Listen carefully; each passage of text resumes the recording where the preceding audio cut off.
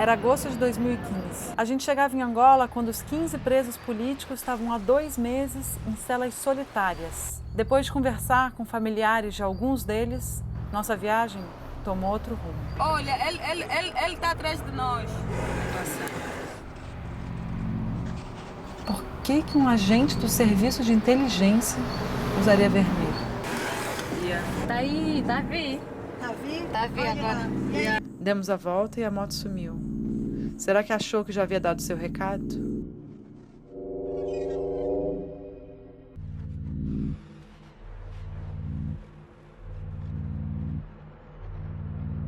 À noite, quando a gente voltou para o prédio onde a gente estava hospedado, não tinha ninguém na portaria. Batemos na porta de vidro, esperamos, nada. A gente viu que era possível entrar pela garagem, por entre as grades. Entrou e quando a gente chegou no apartamento, a porta estava aberta.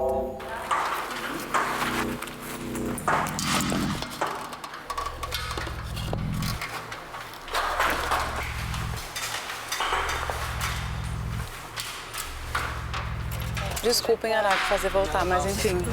Mas aqui a porta estava aberta. A porta estava aberta, tipo aberta, entendeu? Eu acho que os vizinhos devem estar em casa. A gente só precisa parar e conseguir ligar para eles, para ver se eles estão. Se realmente alguém entrou, eu acho que deve ter procurado o HD. Cadê os segurança que ficam aqui na entrada? Então, Pois é, não tem. Geralmente tem. Mas só vamos sair daqui porque me dá agonia. Vamos. Vamos, Araque. Ah, não tem nada.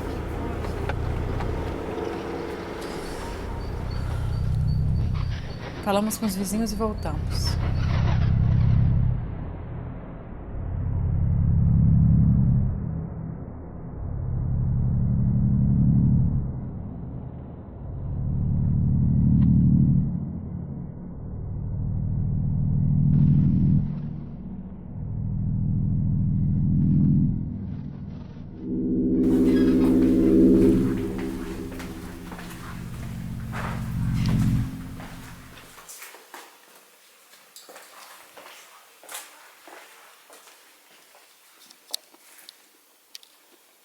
Foi paranoia? Foi. Que louco. O porteiro costuma fazer rondas, a porta tinha defeito na fechadura e realmente abria sozinha às vezes. Seria essa a intenção do Homem de Vermelho? Instaurar o medo e a paranoia dentro de nós? Seria essa a intenção do governo ao seguir e fotografar e bater e prender os ativistas?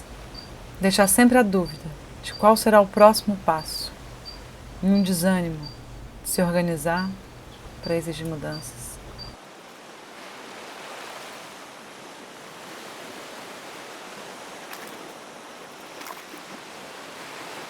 Seguimos a pesquisa. Luanda é a cidade mais cara do mundo e parecia inteira em obra. O centro ia expulsando os pobres para longe e construindo edifícios de luxo.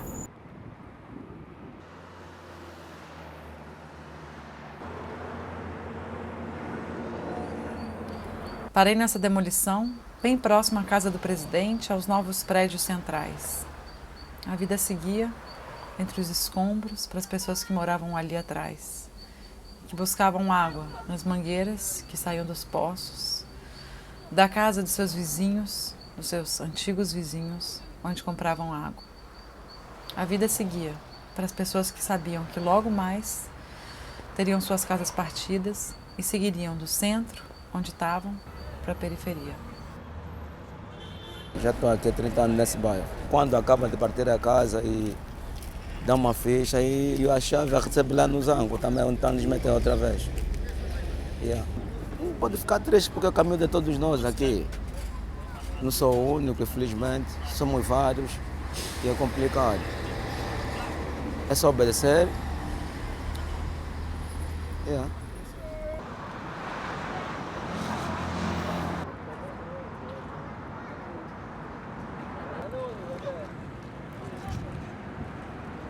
No momento, o menino me disse que 2 policiais queriam falar comigo. única coisa que eu estou a repudiar a senhora é esse tipo de trabalho que a senhora está a fazer. Mas É um por quê? trabalho que não está autorizado a tirar foto nesse espaço assim. Ah, mas eu não sabia, mas por quê? Porque é o lugar das casas derrubadas, é por isso? Sim. Tá, Quer dizer, que leva essa imagem para fora e fica mal no nosso país. O sítio onde está bonito, não tem problema, Entendi. não é? Depois, o outro me disse que sabia que naquela manhã eu tinha gravado os prédios centrais e depois feito imagens da praia. No dia seguinte, quando a gente voltou para o prédio, o porteiro pediu para colocar nome completo e apartamento num pedaço de papel. O chefe pediu, ele disse. Perguntamos para os vizinhos se isso é normal e nunca tinham pedido isso para nenhum deles. Seguimos para o bairro onde supostamente aquelas pessoas da demolição iriam morar, quase 50 quilômetros de onde eles moram agora. E agora aqui no Zango está muito difícil. Se as pessoas acordam aqui 4 horas, para chegar na cidade 6 horas para poder trabalhar. E depois não há condições para isso. Muita gente que já perderam o emprego.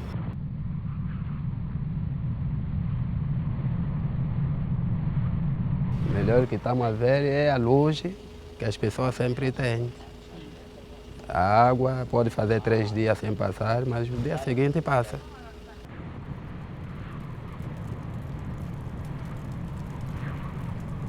A questão de lixo é problema que nós já temos. Quanto está demais, então a própria população compra petróleo ou gasolina, mete e depois já sentir aqueles diminuem um pouco, começam a transportar com os carros de mão.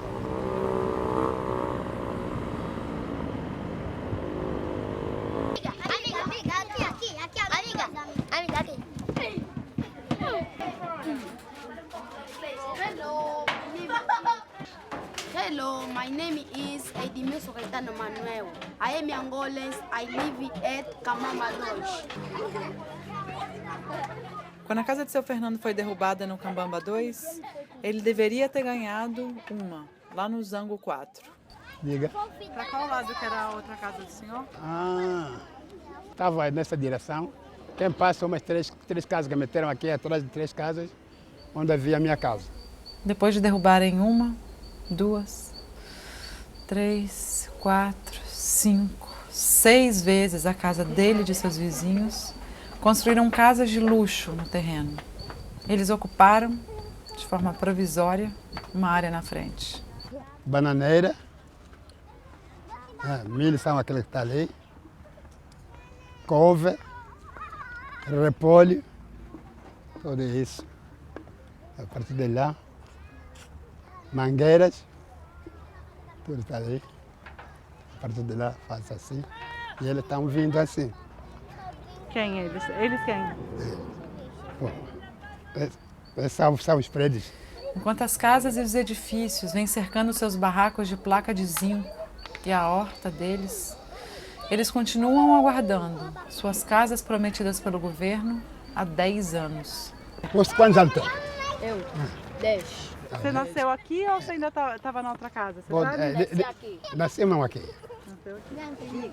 Qual que era o sentimento quando partiam a casa? Primeiro, pensei o que eu dei durante a Revolução. São quase 9 anos. Combati para libertar esta terra. E o bem que eu fiz, o que está à frente, já não mereço. Aquilo foi, até enfim, não havia meio mais como posso pensar da vida. Quase nada que eu fiz. Trabalhei para bem dos outros. Bom. E por que você acha que isso está acontecendo? Que tiram algumas pessoas das casas e colocam casas de mais luxo e dão para outras pessoas. Por que estão fazendo isso? Não me cabe na cabeça. Se somos seres humanos, somos iguais. Eu estou a viver aqui, me tira lá outro. Não consigo explicar. O papel? Não há meio como expressar. Não há meio como expressar. Os filhos dos outros estão estudando, os meus não. Viver dessa maneira, a condição que estamos a viver, quase as pessoas pensam que não está no seu país. Sim, penso que parece que não estou no meu país.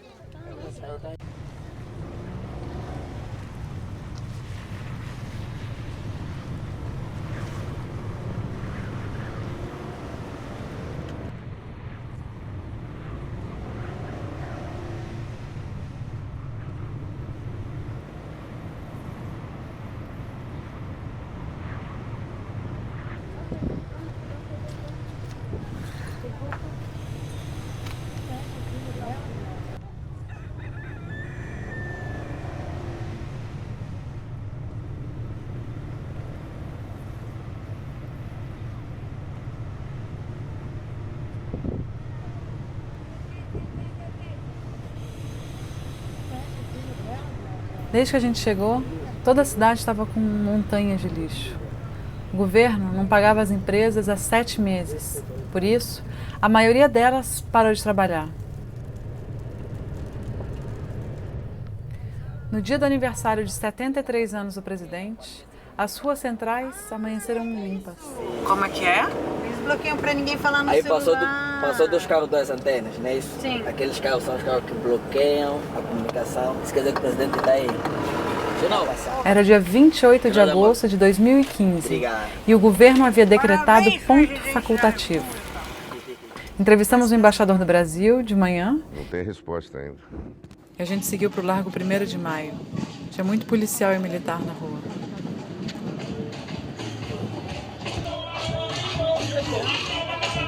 Ali estava marcada a manifestação dos familiares dos 15 presos políticos. Guardei a câmera grande na mochila e comecei a gravar com a pequena. Somos todos angolanos, temos que viver em paz e agradecer ao presidente da República. Viva o camarada presidente José Eduardo dos Santos! Viva! Abre mais a roda que vamos dançar, estamos em festa. 40 anos da independência, 73 anos da assistência da República, se reflete em festa! Festa! Laurinda chegou, nos olhamos de longe. Lembrei que ela havia dito que sempre que há manifestações marcadas, há contra-manifestações com os homens do partido, do MPLA. Eles desceram das motos e eu fui gravar a contramarcha com o celular.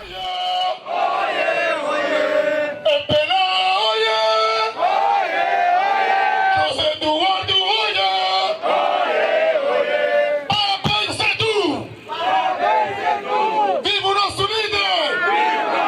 A juventude organizada da Angola está com o presidente. 3, 4 caras vieram em cima de forma agressiva. Mandaram eu deletar. Mas o vídeo ficou salvo na lixeira. Um homem com blusa listrada amarela começou a nos seguir, pedindo para tirar foto nossa. Eu realmente não estou entendendo. Eu quero também tirar para ter na minha... Não, me fizeram apagar o meu também. O senhor, por favor, apague. Não é assim a regra da praça? Não, mas é velho. Não estou concordando. Tenho o direito de não concordar. Viva o nosso líder! Onde eu e Natália íamos, ele ia. Numa hora, conseguimos nos distanciar dele e 3 meninos se aproximaram. Olha, estamos muito preocupados convosco. Por quê? Estão a ser muito perseguidos. Nós somos do movimento revolucionário, já? Quem vos tocar primeiro vai ser o motivo para a manifestação começar.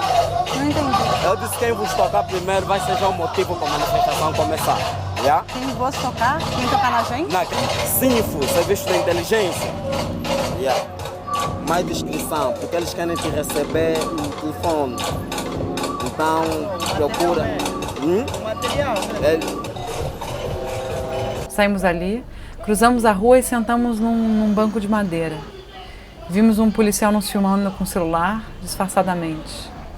Entrávamos nos relatos que tínhamos escutado dos ativistas. Não era paranoia. O tal cara da blusa listrada amarela chegou e foi conversar com alguns policiais. Um homem corpulento pediu para tirar uma foto nossa, para nos distrair. De repente, passam 2 jovens correndo em nossa direção. Arrancam minha mochila e puxaram a Natália, mochila e tudo, no chão. Pessoas gritavam, apontando quem era o ladrão. Um homem forte conseguiu pegar a mochila, mas os policiais seguraram ele. E lá foi o ladrão com meu equipamento de novo. Mais à frente, pegaram o ladrão, pegaram a mochila. Um policial segurava minha mochila. Para a esquadra, vamos para a esquadra, gritava. Ele estava vermelho. Pedi muitas vezes a mochila, ele gritava não, tínhamos que ir as duas para a delegacia. Esse é o procedimento, confusão. Um monte de homem em volta de nós, as duas únicas brancas, as duas únicas mulheres.